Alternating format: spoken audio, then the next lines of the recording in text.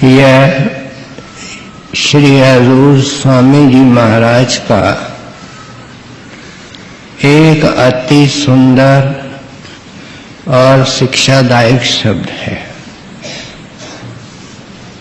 आप इस शब्द के जरिए समझाना चाहते हैं, विशेषकर सत्संगी को, कि तुम्हारी शिकायत बनी रहती है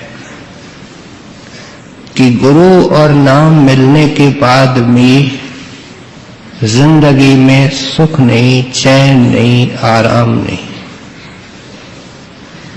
आप समझाने लगे हैं कि इसका एक ही कारण है, और वह क्या है कि तुमने मन के मौज को, मन के भाने को नहीं छोड़ा। जब तक मन के मौज और भाने को त्याग करके गुरु के मौज और भाने के अंदर बरतना शुरू नहीं करोगे, प्यारे, अंत वेले तक तेरे को सुख नहीं मिलेगा। ये गुरु का या मालिक का भाना और मौज क्या होता है, इस विषय को इस शब्द के जरिए खोल करके समझाते हैं। कैसे हम अपने मन के तरंगों से निकल करके गुरु के भाने के अंदर बरत सकते हैं, इसको आप बड़ी अच्छी तरह और सिस्टमैटिकली खोल करके समझाते हैं। बड़े महाराज साहब फरमाया करते थे कि साधु, महात्मा, दरवेश दो किस्म के होते हैं। एक अहले दुआ होते हैं, दूसरे अहले रजा होते हैं। अहल फारसी शब्द है जिसका अर्थ है मनुष्य। कहते हैं एक वो महात्मा होते हैं जो दुआ में विश्वास करते हैं, प्रार्थना करते हैं, और दूसरे वे होते हैं जो रजा के अंदर राजी रहने वाले होते हैं।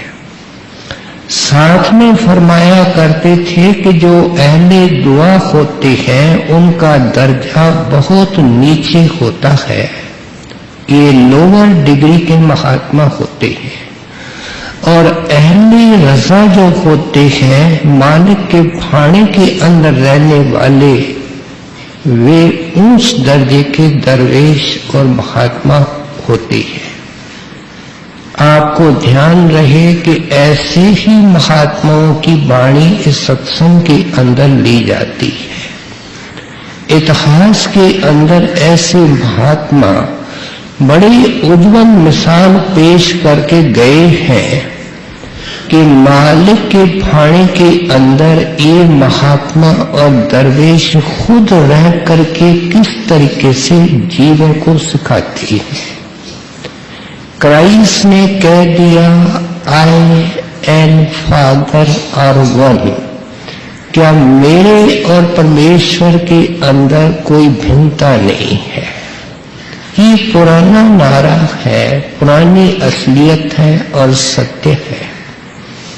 लेकिन उस वक्त के पुजारियों ने, प्रीस्ट ने आपको नहीं समझा। उन्होंने उनको पकड़ के सलीब पर चढ़ाने की कोशिश की। सलीब की तस्वीरें कभी कभी हमने देखी होगी। जब आपको सलीब के ऊपर क्या लकड़ी का फट्टा था, उसके सामने खड़ा किया, तो कुछ कमाई वाले सेवक पास खड़े थे। उन्होंने कहा कि महाराज, हजरत, आप सारी शक्तियों के साहिब होते हुए ये क्या हम देखने लगे हैं? आप इन सब को फना कर दो। तो आपने क्या उत्तर दिया कि मैं फना करने नहीं आया, मैं तो जिंदा करने आया हूं। और मालिक के आगे अरदास करी, फादर फॉरगिव देम, ऐ परम पिता इन मूर्ख लोगों को बख्श दीजिए। ये दरवेश की निशानी है। for they know not what they do. उन अंधों को पता ही नहीं है कि वो क्या कर रहे हैं। जब ऐन फट्टे के पास उसको लाए और उसके शरीर में कीलें ठोकने लगे, तब आपके मुख से एक आवाज निकली, Thy will be done। क्या तेरा फाड़ा बरत रहा है। ये होते हैं अहले रजा, महात्मा जो मालिक के फाड़े के अंदर रहते हैं।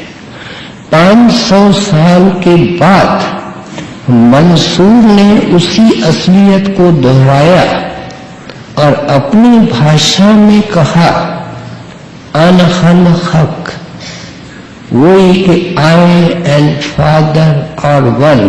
क्या मेरे और हक के बीच में कोई अंतर नहीं है। कुल काजी मुल्ला आपको समझ नहीं सके, बादशाह को भड़काया, बादशाह ने इनको मौत की सजा दे दी।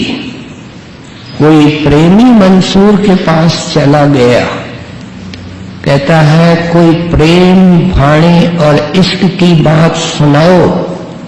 तो मंसूर कहता है सुनाओ क्या, तुम 3 दिन देख लेना कि भाड़ा क्या होता है, इश्क क्या होता है। दूसरे दिन आपको संगसार करके, क्या पत्थर मार मार करके खत्म करने की कोशिश की गई, लेकिन आप नहीं मरे।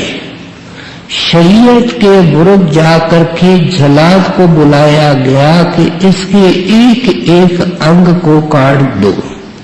ये वार्ता हमने सुनी है, लेकिन विचारने योग्य है कि फाड़ा किसको कहते हैं। आपके पैर काटे गए तो आपने बड़ी खुशी से मुस्कुराते हुए पैरों को कटा लिया। हाथों को जब जलाद ने काटा तो आप कुछ नहीं बोले, इतना ही बोले कि मेरे पास हाथ है, मेरे पास पांव है, जो आकाशों के ऊपर कदम रखते हैं, किंकरों को पकड़ के ऊपर जाते हैं।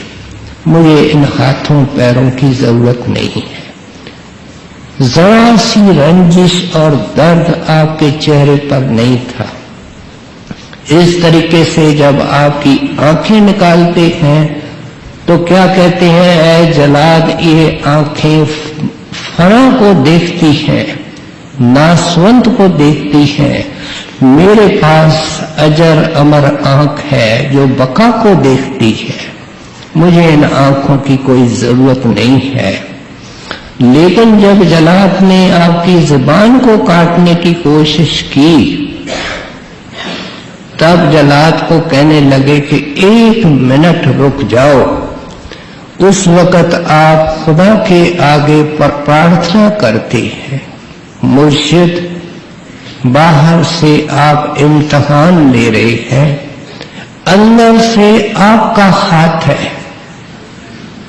आपकी मौज और भाड़ा मेरे लिए मीठा है।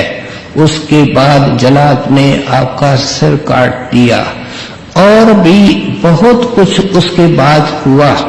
लेकिन कहने का मतलब ये है कि इस ऊंच दर्जे के महात्मा जिस कौम मज़हब जाति के अंदर हुए, उन्होंने भाणे का ऊंचे में ऊंचा मिसाल खुद अपने जिंदगी के द्वारा पेश किया।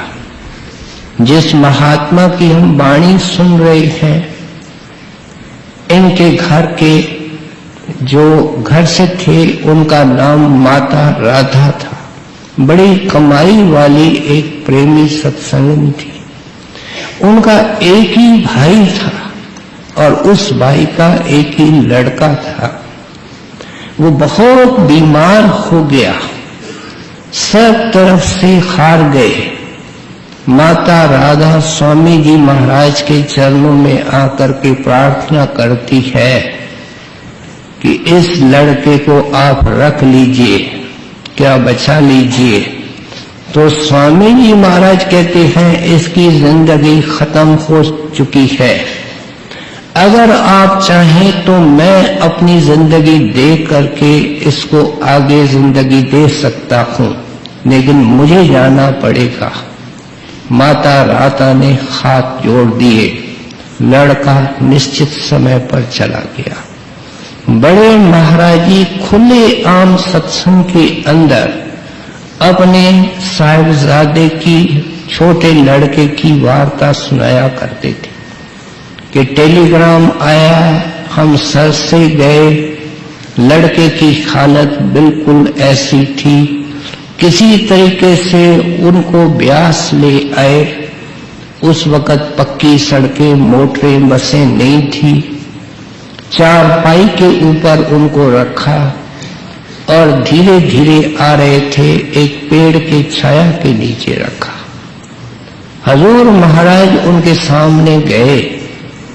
बसंत सिंह क्या हाल है?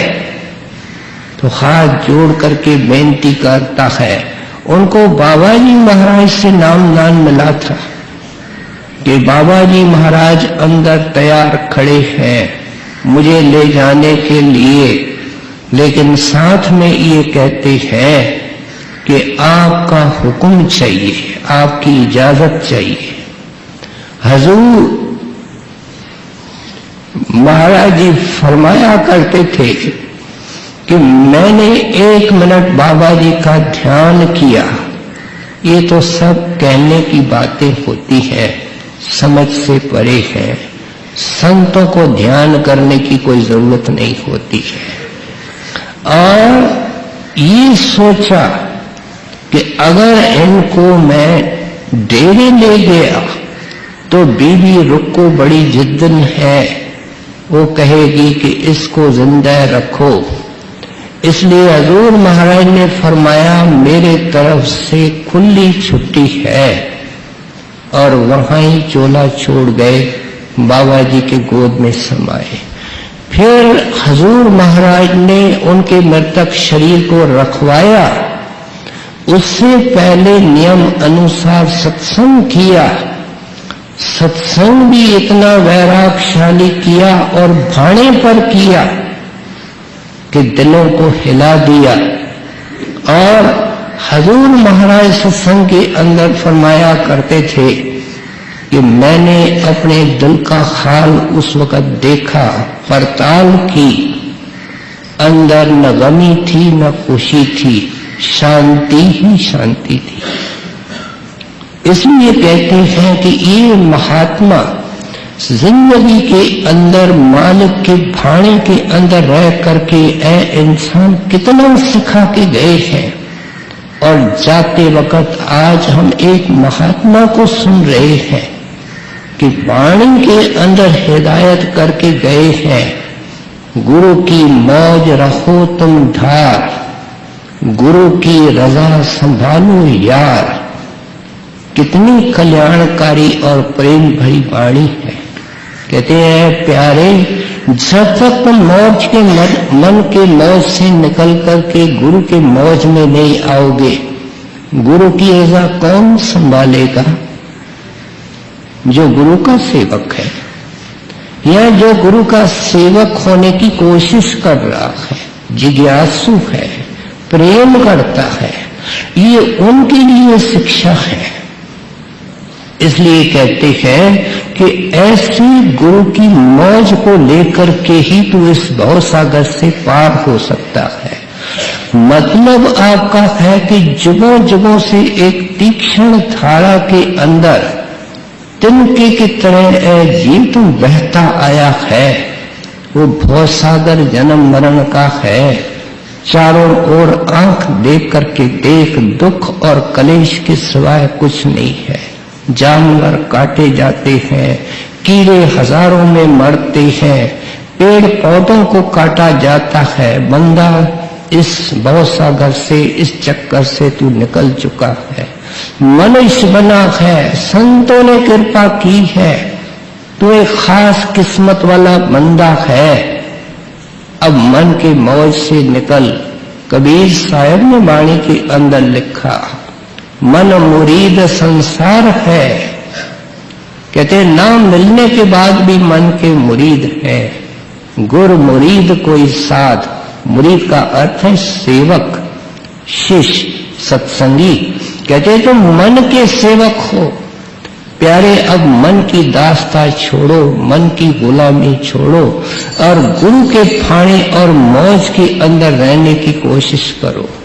ये भाड़ा क्या है, कैसे हम इस भाड़े के अंदर आ सकते हैं, इसको आप आगे चल करके खोल के समझाते हैं। गुरु की मौज रहो तुम धारे, गुरु की रजा संभालो यार, गुरु जो करे सो हित कर जान, गुरु जो कहे सो चित धर मान। अब दो शिक्षाएं दे रहे हैं। कहते हैं गुरु जो कहे वो चित दे मान। कहते हैं बड़े भाग से गुरु के दर्शन होते हैं, ऊंची तकदीर हो जो उनके वचन मिलते हैं। हर एक महात्मा ने जिंदगी के अंदर भाड़े के अंदर रह करके समझाया, कभी उन्होंने करामत नहीं की। संतों के जीवन को देखेंगे, दुख सुख जैसे व्यापत होता है, उनके घरों के अंदर व्यापत होता है। वे संगत के कर्म लेते हैं लेकिन कभी उफ तक नहीं कहते हैं, खुद भी दुखी सुखी नजर आते हैं। इसलिए कहते हैं कि वो नमूना बन करके समझाते हैं कि भाई ये क्या है, ये सब प्रारब्ध है। प्रारब्ध क्या होती है कि जो कर्म हम करके आए हैं और जिसके कारण ये हमारे जिंदगी का नक्शा तय हो चुका है। ये जब नक्शा तय होता है, जन्म लेने से पहले ही ये तय हो जाता है। क्या क्या उसके अंदर है, प्रैक्टिकली सब कुछ आ जाता है। इसकी सेहत, इसकी बीमारी, इसकी अमीरी, इसकी गरीबी, इसका मान, इसका अपमान, बल्कि जितने लुकमे और टुकड़े रोटी के खाने हैं, जितने घूंट पानी के पीने हैं। कई बार हमने देखा होगा कि एक आदमी जाने की तैयारी में है, पानी का चिमच उसके मुंह के अंदर डाला जाता है, कभी वो चिमच चला जाता है, कभी वो पानी फेंक देता है। क्या जिसके नसीब में वो आखिरी घूंट था उसने तो अंदर ले लिया, जिसके नसीब में नहीं था वो ले नहीं सका। इसलिए कहते हैं ये घूंट भी पानी के निश्चित है। और कहते हैं जितने तुमने श्वास लेने हैं, ये श्वास लेकर के आता है, वर्ष और महीने लेकर के नहीं आता है। किस तरीके से श्वासों को खर्च करता है, आगे चल करके समझाएंगे कि ऐ सत्संगी तेरे को सब चीज का ज्ञान और ध्यान है। अपना पासबुक कितने ध्यान से देखते हो, जब उसके अंदर कुछ क्रेडिट होता है, जमा होता है तो खुश होते हो, जब निकलता है तो तुम्हारा दिल मायूस होता है। प्यारे, तुमने जिंदगी का पासबुक देखा, तुमने उसकी पड़ताल करी कि कितने श्वास इस आशा तृष्णा के भट्ठी के अंदर जल गए, कितने श्वास परमार्थ में लगे। सोचे तो इसका मन मायूस हो जाएगा और ये परमार्थ में लगाने की कोशिश करेगा। सो इसलिए कहते हैं गुरु के वचन तो हितकारी होते हैं कि प्यारे, ये जो कुछ तुम भी दुख सुख भोग रहे हो, ये तुम अपने प्रारब्ध कर्मों के कारण भोग रहे हो।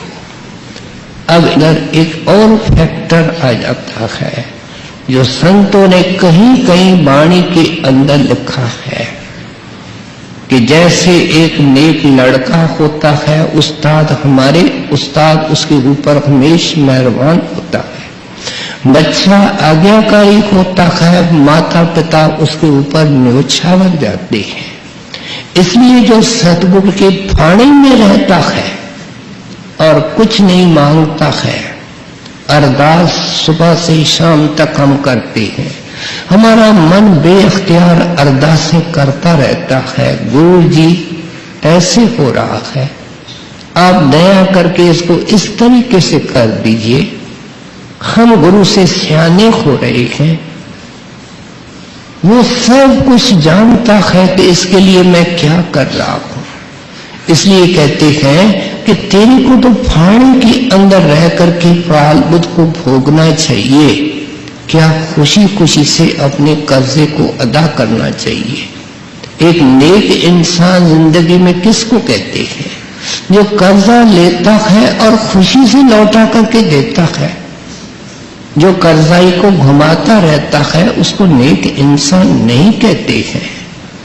इसलिए कहते हैं ऐ सत्संगी जब इतने मेहरबान मिल गए, इतने दयालु मिल गए, हम आए दिन सुनते हैं कि त्रिलोकी के चोटी तक न्याय है, इंसाफ है, करनी भरनी है, लेना देना है। ये महात्मा उससे परे किए हैं। इनके भंडार में केवल दया ही दया होती है। इसलिए जो गुरु का भाणा कहता है, मौज कहता है, दाता जो कुछ हो रहा है आपकी दया है, आपकी मौज से हो रहा है, क्या ये हम सीखने को तैयार हैं?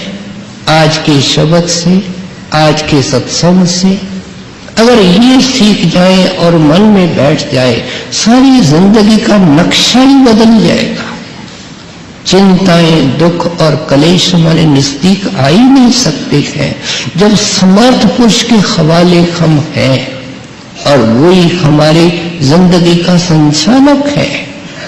सो इसलिए आप समझाते हैं कि संत महात्मा कहते हैं प्यारे, ये जो दुख सुख व्यापक होता है ये पिछले कर्मों के कारण होता है। लेकिन जो गुरु का फाना और मौज बरत करके इसको लेता है और उनके आज्ञा और हुक्म के अंदर रहता है, उनकी आज्ञा क्या है कि हरदम नाम जपो। देखो तुम कुछ भी करके आए हो, उसके बावजूद भी तो गुरु ने तेरे को नाम दे दिया। ऐसा सनी कितने मांस खाए, कितनी मछलियां खाई, कितने दिलों को तुमने नुकसान पहुंचाया और तुमने चोटें मारी, क्या क्या चोरी ठगी बेईमानी नहीं की, उसने तेरे किस गुनाह को देखा। वो कहता है कि इनको मैं संभालूंगा। यहां अनेक सवाल पैदा होते हैं कि जो हम करके आए हैं उनका भुगतान कुछ शरीर से हो सकता है, लेकिन अगर ये भजन के पीछे लग जाए तो प्रारब्ध भी नरम हो जाती है। हजूर महाराज जी का एक परिवार मित्र के रूप में था। मित्र कभी गुरु भाव से नहीं देखता। महाराज जी उनके घर पर आया जाया करते थे। एक बार महाराज जी जब चलने लगे तो उसके पत्नी को कहा कि भाभी जी 2 महीने भजन करो। वो कहती है जी भजन करने वाले आप होते हैं, क्योंकि जो गुरु के नजदीक होते हैं वो बहुत कम होते हैं जिनकी भावना और प्यार बना रहता है। महाराज जी जब कार में बैठे कभी नहीं बोले उस माई को, कहने लगे बहन 2 महीने भजन करो। और फिर उनकी चिट्ठी आई कि हम शिमले गए थे और हमको टेलीग्राम आया, हमारा नौकर सारे घर की चोरी करके जेवर सामान ले गया। महाराज जी जब वापस उनके पास किसी वक्त गए तो कहने लगे मैंने तो इशारे में कहा था।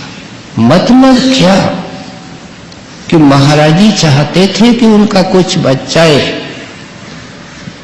और वो भजन के एवज में बच जाए, लेकिन उन्होंने उनको एक मामूली सलाह दी। इसलिए कहते हैं जो भजन के अंदर लगे होते हैं उनकी प्रारब्ध भी नरम हो जाती है, उसमें भी रियायत हो जाती है। साथ में क्या होता है, नया कर्म नहीं बनता है। ये एक बड़ा क्रूशल सवाल है कि नया कर्म कौन सा है और प्रारब्ध का कर्म कौन सा है। नया कर्म, महाराज जी कहते हैं, मन हमेश चतुर है कि कहता है किसी के यहाँ खाना खा लेता है और कहता है मेरा कोई लिखा होगा तब तो उसने कहा खा के जाओ। ऐसे भी सत्संगी मिलते हैं जो कभी बेसत्संगी के यहाँ चले जाते हैं, अभ्यासी होते हैं। उनको जब कहा जाता है खाना खाओ तो वो कहते हैं हमारा पेट खराब है, क्योंकि उन्होंने खाना ही नहीं। क्या पता इसके आय का साधन क्या है। और उस तरफ सत्संगी कहता है मेरा लिखा हुआ है इसलिए मैंने खा लिया है। हजूर महाराज जी तो साफ एक इंडिकेशन और निशानी देते हैं कि सत्संगी नाम मिलने के बाद हर कर्म को नया कर्म मान करके चलो। यहां तक किसी विदेशी ने सवाल पूछा, क्योंकि वहां 6-12 महीने पत्नी के को छोड़ करके वो पत्नी दूसरे के साथ शादी कर लेती है। तलाक की दरखास्तें लाखों के अंदर वहां कचहरियों में पड़ी रहती है। क्या शादी भी निर्धारित होती है, प्रारब्ध होती है कि नया कर्म होता है? आए दिन तो हम सुनते ही हैं कि जिसके साथ रहना है, बच्चे पैदा करने हैं, ये कोई नया कर्म तो नहीं हो सकता। लेकिन महाराज जी उनको साफ लिखते हैं कि प्रारब्ध कर्म तो होता है लेकिन नया भी कर्म शादी हो सकता है। क्या किसी के दिमाग के अंदर ख्याल आया पति को छोड़कर किसी के साथ चली गई, ये कैसे हो सकता है? नाम लेने के बाद कि ये प्रारब्ध के अंदर है, ये इसकी मन मत है। इसलिए कहते हैं कि हर कर्म को सत्संगी को नया कर्म मान करके चलना चाहिए। जो पहला ही कर्जों के अंदर दबा हुआ है वो और कर्ज उठाने की कोशिश क्यों करता है? कि जहां से मिल जाता है खा लेता है। एक डेरे के अंदर सत्संगी रहता था, उसका जब अंत समय आया तो महाराज जी उनको देखने गए, बहुत तकलीफ के अंदर था। सत्संगी समझता है कि मैं तो सीधा बेहिश्त को जाऊंगा, महाराज जी के पास जाऊंगा। माफ करना ऐसे नहीं है, इस बात को हम ध्यान से सुने। तब उन्होंने महाराज ने पूछा क्या हाल है? सुनो, वो डेरे में रहने वाला सत्संगी क्या बोलता है कि काल हिसाब मांग रहा है। और महाराज जी ने वहां लिखा है, फरमाया है कि उसको पराये घर के अंदर खाने की आदत थी। कुछ दिन भोगा, महाराज जी फिर गए, शब्द मारने का शब्द पढ़ो, और उसका ख्याल नाम से जोड़ दिया। कहते हैं करो और नहीं भरो, ये कैसे हो सकता है? ये नेचर का लॉ ही नहीं है। सत्संगियों को कोई छूट इसमें नहीं मिली हुई है। हाँ, जो संभल करके चलता है, गुरु के आज्ञा में रहता है, उस चार दीवारी के अंदर बड़े ध्यान से जिंदगी निकालता है, उसके लिए तो रियायत भी हो जाती है। बाबा जी महाराज चिट्ठियों के अंदर लिखते, हालांकि वो तो गुरुमुख सेवक को लिख रहे हैं, हजूर महाराज जी को लिख रहे हैं कि महीनों की तकलीफ दिनों में भुगताई जाती है, दिनों की तकलीफ घंटों में भुगताई जाती है। लेकिन किसके लिए? जो उसकी आज्ञा में रहता है। सो इसलिए कहते हैं ये सारी बातें खोल करके गुरु सत्संग के अंदर समझाता है। गुरु करामत कुछ नहीं दिखाता है, उसके पास करामत जो होती है वो सत्संग के अंदर होती है और वो वचन की चोट होती है। पिछले बुधवार को जिक्र आया कि वचन की चोट कोई मामूली चोट नहीं होती है, एक तीर की तरह हृदय को बेध सकता है और जिंदगी पलट सकता है। तो इसलिए कहते हैं गुरु जो कहता है उसको ध्यान से सुनो कि हरी इच्छा, मालिक की मौज, मालिक का बाणा, ऐसे करके हर बात को लो, लेकिन साथ में नाम की कमाई करो। क्योंकि देखो वो अच्छी तरह रैशनली समझाते हैं कि जो प्रारब्ध तुमने कर्म करके आए हो, वो तो शायद जब अंतिम श्वास निकलेगा तो तुम शरीर के अंदर भोग लोगे। फूंक फूंक करके जिंदगी चलोगे तो शायद नया कर्म नहीं करोगे, लेकिन तुम्हारे जन्मों जन्मों के जो कर्म इकट्ठे संचित कर्म है उनको खत्म करने का एक उपाय है, और वो नाम की कमाई है, रात और दिन है, हर श्वास में, हर वक्त है।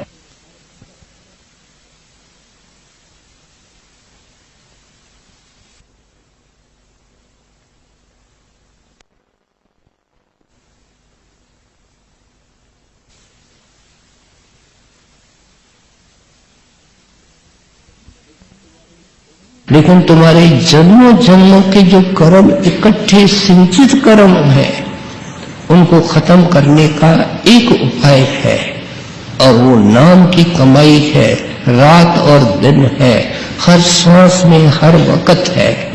हजूर महाराज जी तो एक जगह फरमाते हैं कि 99.9 ये भजन उस संचित कर्मों को खत्म करने के लिए है। सोचें विचारें वो सत्संगी बहन भाई जो भजन नहीं करते हैं, भजन को वक़्त नहीं देते हैं, आंखों द्वारा, कानों द्वारा, जुबान द्वारा, हर चीज इंद्री के द्वारा कर्म हर वक़्त इकट्ठे हो रहे हैं।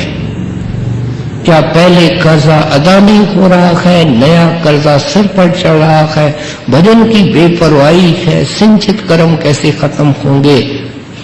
हजूर महाराज जी फरमाने लगे हैं कि नाम कड़वी दवाई आपको लगता है, लेकिन मेरी आपको ये राय है कि इस कड़वी दवाई को खा लीजिए, क्योंकि आगे चल करके ये और आपके लिए कड़वी हो जाएगी। अंत वेले ये बहुत पछताता है, बहुत दुखी होता है, क्योंकि जो इस शरीर के अंदर बैठ करके भजन किया जाता है उसका फल महात्म बहुत बड़ा है, क्योंकि ये मजबूरियों का देश है, इसके अंदर बंधन बहुत है। इसलिए कहते हैं मन से संघर्ष लेकर के गुरु सत्संग के अंदर सब चीज खोल करके समझाता है। मन से संघर्ष लेकर के नाम की कमाई करने की कोशिश करो, लेकिन साथ में एक और बात समझाने लगे, गुरु जो करे सो हित कर जान। कहते हैं जो भी वो करते हैं तेरे मन के अंदर कभी होका, कभी ऐतराज नहीं उठना चाहिए। हजूर महाराज इस नुक्ते पर एक वार्ता सुनाया करते थे कि एक दरवेश एक गांव के बाहर जाकर के बैठा, कमाई वाला, अच्छा मालिक के भाड़े के अंदर रहने वाला उच्च दर्जे का फकीर था। गांव वालों का उनसे स्नेह हो गया, बहुत प्रेम बढ़ गया। अब एक बार रात को क्या होता है कि अचानक उनके गांव के सारे मुर्गे मुर्गियां मर जाते, दंग रह गए, दरवेश के पास आए। दरवेश जी ये क्या हो गया? वह हाथ जोड़ करके कहता है, प्यारे मेरे को रोज सुनते हो, मुझे नई बात तो कुछ कहनी ही नहीं, जो कुछ होता है उसकी मौज और हुक्म से होता है, इसके सिवाय मैं न जानता हूं न मैं आप कहता हूं। गांव वालों के समझ में नहीं आया।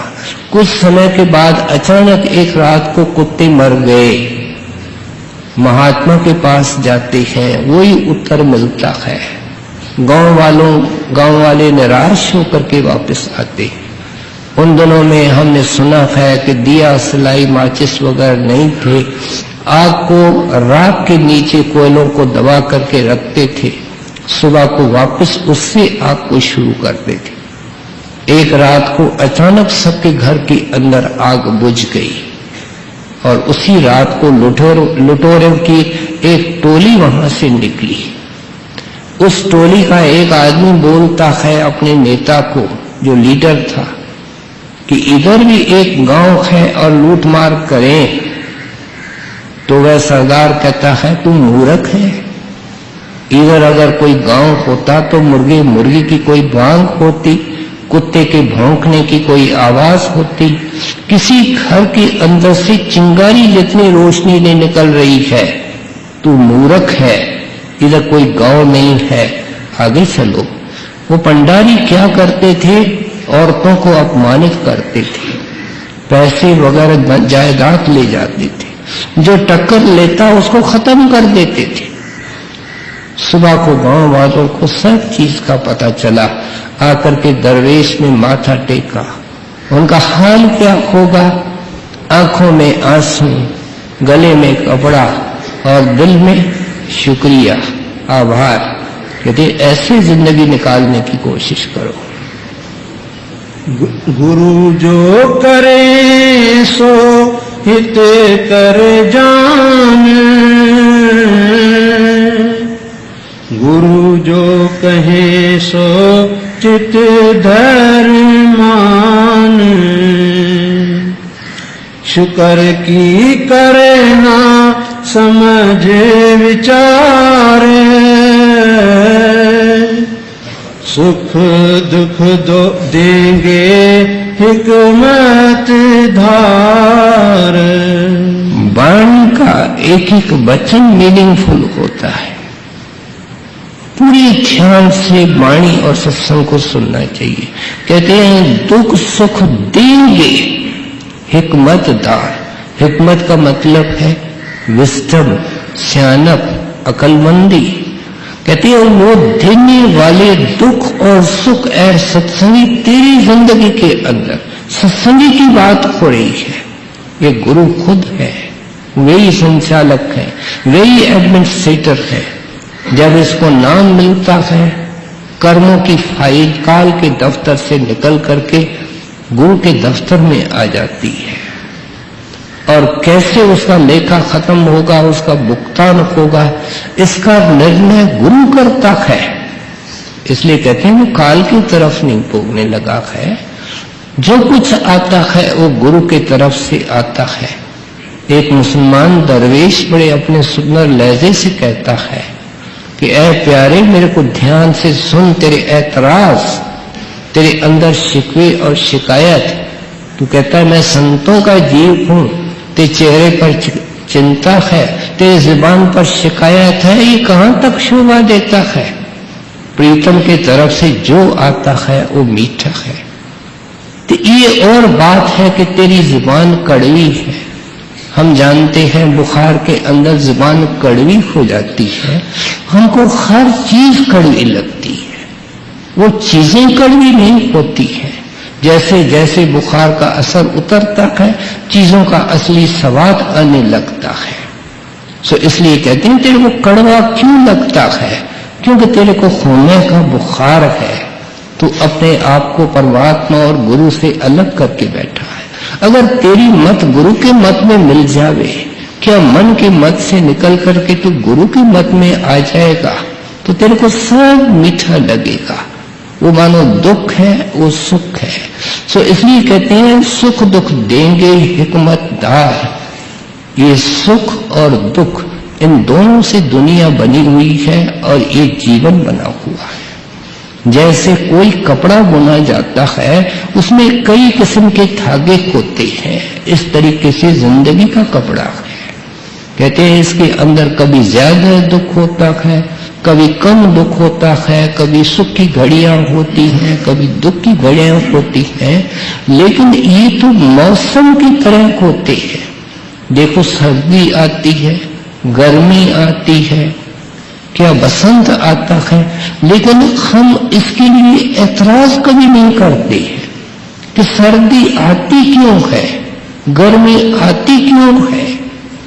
हम क्या करते हैं, उसके अनुसार अपना खाना, अपना बिछौना, अपना सोना उस मौसम के अनुसार कर लेते हैं। अपने आप को मौसम के अनुसार ढालने की और एडजस्ट करने की कोशिश करते हैं, मौसम को बदलने की कोशिश नहीं करते हैं। इसलिए कहते हैं ये दुख और सुख की मौसम तेरी अपनी बनाई हुई है। इसके लिए शिकवा क्यों, शिकायत क्यों, ऐतराज क्यों? इसको तो शाद करके गुरु की तरफ से लेना चाहिए। सो इसलिए कहते हैं गुरु जो कहता है वो करो, और गुरु जो करता है उसके अंदर भला समझो। और जो भी दुख और सुख व्यापक होता है उनके अंदर कोई न कोई गुप्त राज होता है, कोई भला होता है। डिप्टी साहब बड़े महाराज जी की खूब सेवा की, 30 साल हजूर महाराज जी की पर्सनल सेवा की और साथ संगत की खूब सेवा की। जब उसका आखिरी वक्त आया, कोई ऐसा भी वक्त था कि 6-6, 8-8 घंटे डिप्टी साहब भजन भी करते थे, लेकिन जब उसका आखिरी वक्त आया तब कई महीने बीमार रहे और ऐसी तकलीफ होती थी कि 2-2, 4-4 सराहने का सहारा लेकर के सारी रात बगैर नींद के सराहनों के सहारे बैठ करके निकालते थे।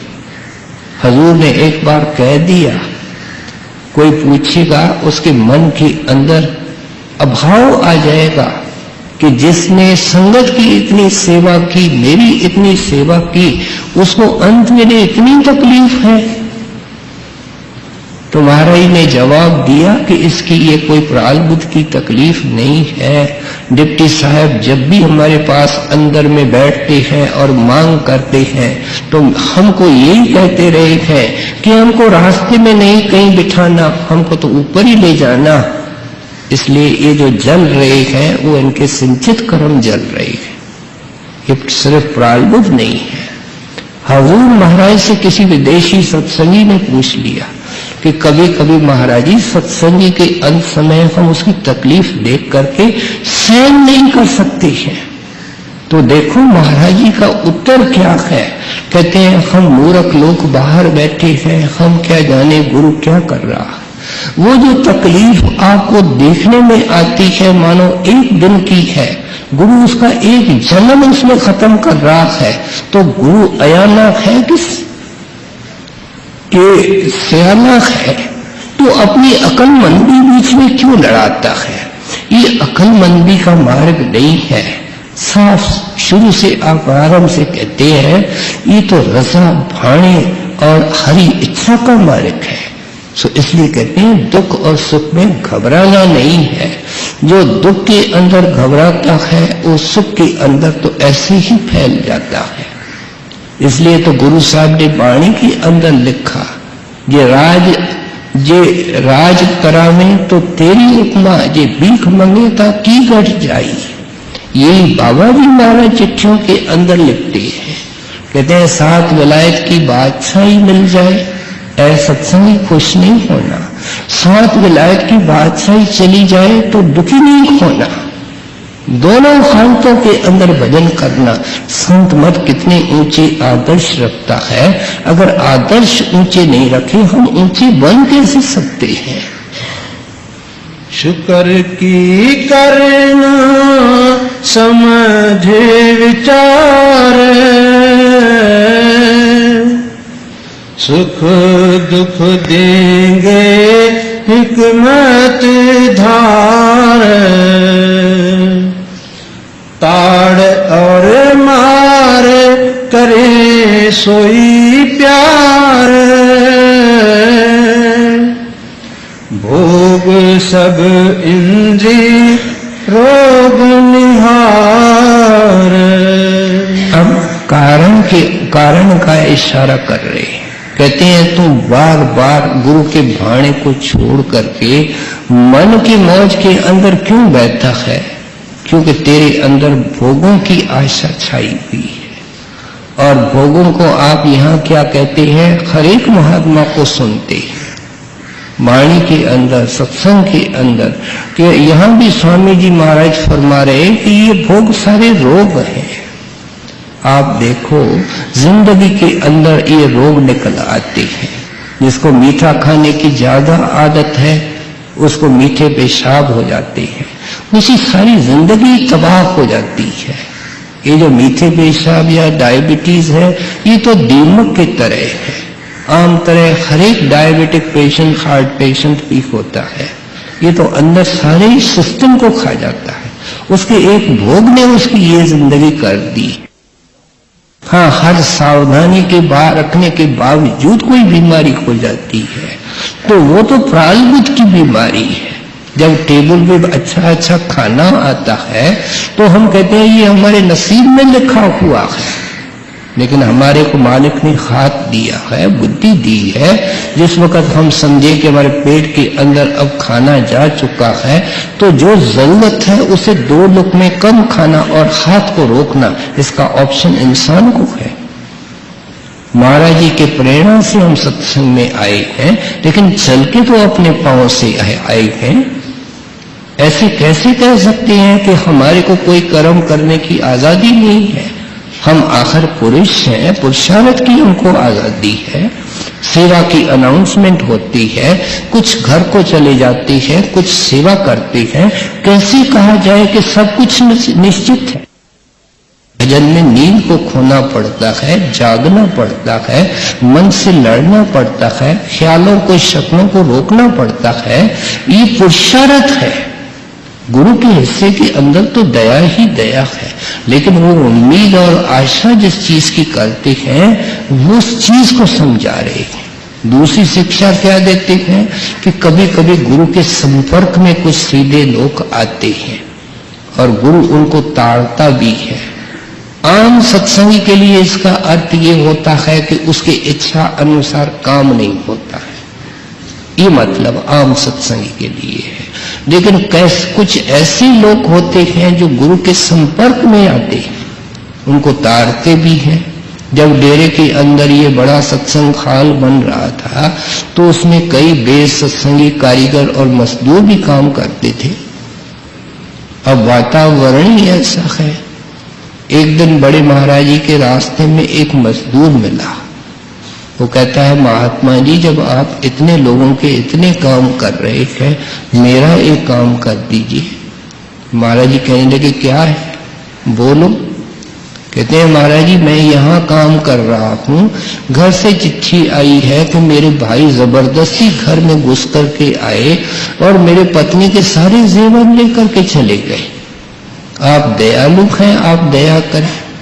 महाराज जी नाखुश होकर के कहते हैं कि तू मेरे पास यहाँ मजदूरी करने आया है, उसके तुम पैसे लेता है कि मैं इसे संसारी काम करने आए।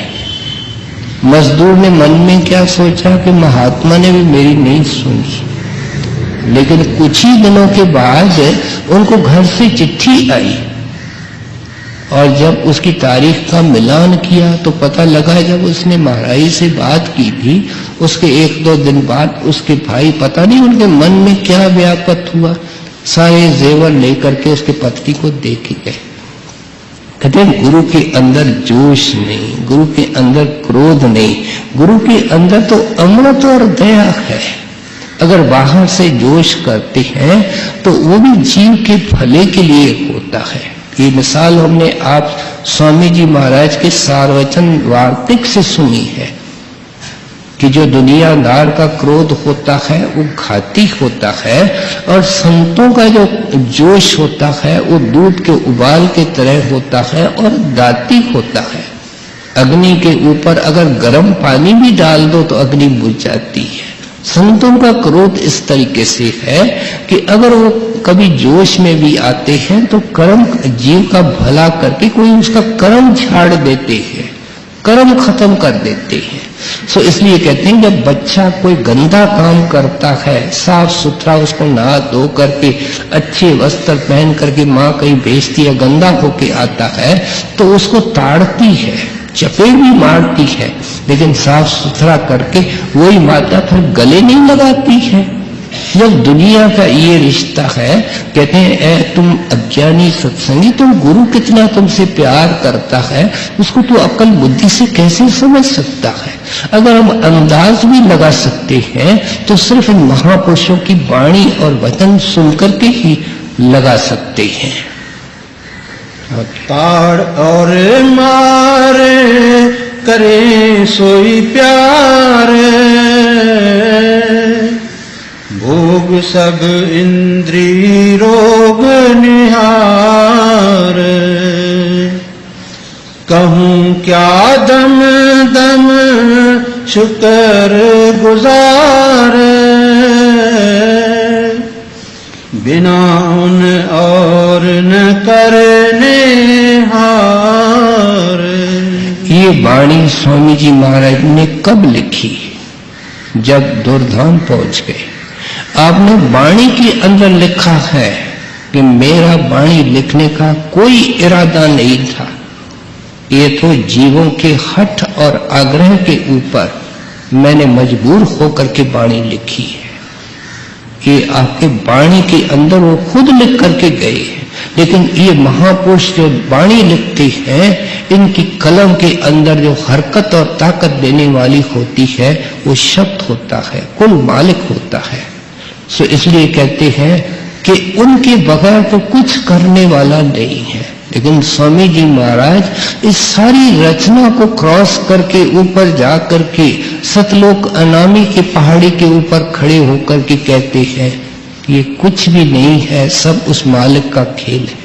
जैसे पहाड़ी के ऊपर आदमी खड़ा है, नीचे सागर ही सागर है, वो क्या देखता है कि हवा भी वो मालिक लगा रहा है, उस हवा के कारण लहरें भी मालिक पैदा कर रहा है, पानी भी मालिक ने पैदा किया है, इंसान ने क्या किया है। एक हालत उस महात्मा की है जो दुर्धाम पहुंच जाते हैं, उनकी नजर और होती है। उस हालत को बयान करते हुए गुरु साहब ने कहा, करम करावन आपे आप मानुष के कुछ नाई हाथ। हम यहाँ बैठ करके ये नहीं कह सकते। जब तक हम दुनिया के अंदर हैं और आंखों से नीचे हैं, हम हमेशा ये महसूस करेंगे कि शरीर काम कर रहा है। जब कोई मेहरबान हो जावे, कोई शुभ घड़ी हो जावे, आंखों से ऊपर चला जाए तो ये देखता है, यहाँ वहां के रहने वाले हंस देखते हैं कि वहां मन काम कर रहा है। जब ब्रह्म के सारे देश को क्रॉस करके पार ब्रह्म में ये जाता है, ये देखता है कि न तन का वास्ता है न मन का वास्ता है, यहाँ तो आत्मा काम कर रही है। लेकिन जब ये धुरधाम पहुंच जाता है, देखता है यहाँ तो कुछ भी नहीं है, खेल केवल एक का है, पसारा केवल एक का है। तो इसलिए कहते हैं कि ये ख्याल दुनिया के अंदर रख करके चलो कि तेरी तकदीर उसकी मुट्ठी के अंदर है जो कुल करतार है। फिर तेरा शिकवा, तेरी शिकायत, तेरी चिंता, तेरे ऐतराज, तेरी प्रार्थना कहाँ मतलब रखती है। जब हजूर महाराज सत्संग के अंदर फरमाया करते थे, बिन बोल दे सब कुछ जानदा तिस आगे की अरदास। कहते सत्संगी सुबह शाम तुमको अरदास तो एक करनी है, वो नाम है, सिमरन है, नाम की कमाई है, गुरु का ध्यान है, तुम्हारी ये अरदास है। इस अरदास का सहारा छोड़ करके पता नहीं क्या क्या किचरे के लिए अरदास करता है। वो तेरे अंदर बैठा हुआ तेरी हर हालत को जानता है, बखूबी समझता है। छोटा बच्चा माँ को सलाह देने लगता है कि तुम ऐसे करने के लो, ये तो हुआ नानी के आगे नानकाने की बातें करना हुई। सो इसलिए आप समझाते हैं कि वो सुजान है, करण है, कारण है। ऐसा नहीं जो कुछ घटित हो रहा है उसके अंदर तेरा भला है। तुम मौज में आ जा, भाड़े के अंदर आ जा। बार बार दिन में कई बार जुबान से शुक्र निकले। विलायतों के अंदर रिसर्च हुई है कि जिनको हार्ट अटैक्स होती हैं वहां ये रिसर्च करने वाले लोग जाते हैं। उन्होंने अच्छी तरह देखा है कि दो किस्म के इंसान होते हैं, एक शिकायत करने वाले और शुक्र करने वाले। और हार्ट अटैक का जो रेशो उन्होंने बताया है, कहते हैं जो शिकायत करने वाले हैं वो 5 हैं और जो शुक्र करने वाले हैं कोई वो 1 आध होता है। कहते हैं ये तो लोक और परलोक को सुखी करने के लिए नाम है, लोक और परलोक को सुखी करने के लिए गुरु की शरण है। तुम उसको छोड़ करके मन के शरण में चले जाते हो, मन के तरंगों में बहने के जा रहे हो। आपकी भावना क्या इस शब्द की है कि आज से अब से ये कोशिश करो कि गुरु के आगे कोई संसारी काम के लिए अरदास न करो। जो वो करते हैं उसके अंदर ही तेरा भला है। एक माली ने बच्चा नहीं था, सारी जिंदगी अरदास करके महाराज से बच्चा लिया, वो लुच्चा निकला, बदमाश निकला, उसने बाप को गिरफ्तार करा लिया। क्या ये ठीक अरदास है? हुजूर फरमाया करते थे, कई बार हम वो चीजें मालिक से मांगते हैं जिनसे जान छुड़ाने के लिए फिर वापस मांग करते हैं, अरदास करते हैं, महाराज ये मेहरबानी करके वापस ले लो। हम मूर्ख लोग, एक अंधा एक सुजाते को क्या जाने कि वो क्या करता है। इस एक नुक्ते के ऊपर आज के शब्द के द्वारा स्वामी जी महाराज हमको लाना चाहते हैं कि सत्संगी मन का भाना छोड़ो, हर हालत में गुरु के भाणे के अंदर खुश रहो, उसका प्रसाद करके मानो और नाम को पकड़ करके रखो। आगे खोल करके समझाते हैं। कहूँ क्या दम दम शुक्र गुजार, बिना उन और न करने हार।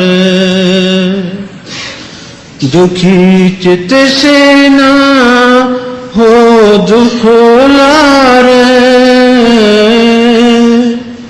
सुखी होना नहीं सुख जार।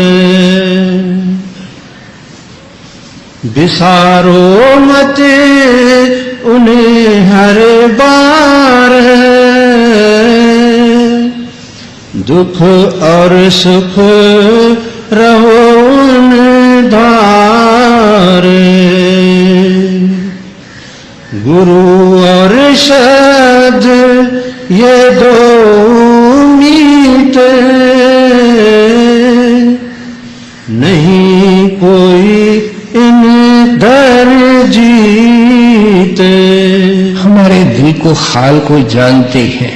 सत्संगी कहता है कि ये मेरा पक्का दोस्त है, ये मेरा जिगरी दोस्त और मित्र है। ये कहती है ये मेरी बहन से ज्यादा पक्की सहेली है। यहाँ स्वामी जी महाराज तो कोई और ही बात कर रही है। कहते हैं गुरु और शब्द के अलावा भाई तू अंधे अज्ञान के अंदर फिर रहा है, न तो कोई मित्र है न कोई तेरा मददगार है। इसलिए जिंदगी के अंदर उसने तो तेरी बांह पकड़ी है, लेकिन तुम अंधेरे के कारण उसको देख नहीं पाते हो। सत्संग में आते हैं 4 घड़ियां, हमारा काम खत्म है, क्रोध खत्म है, धंधे खत्म है और दुनिया की दौड़ भाग खत्म है। एक नुक्ते पर हमारा ख्याल एकाग्र है। जो सत्संग में नहीं पहुंचते हैं सत्संगी, वो कितनी खोटी तकदीर वाली है। जब ये संत महात्मा वाणी के द्वारा इतनी सुंदर शिक्षाएं दे रहे हैं, कहते हैं उस मित्र को पकड़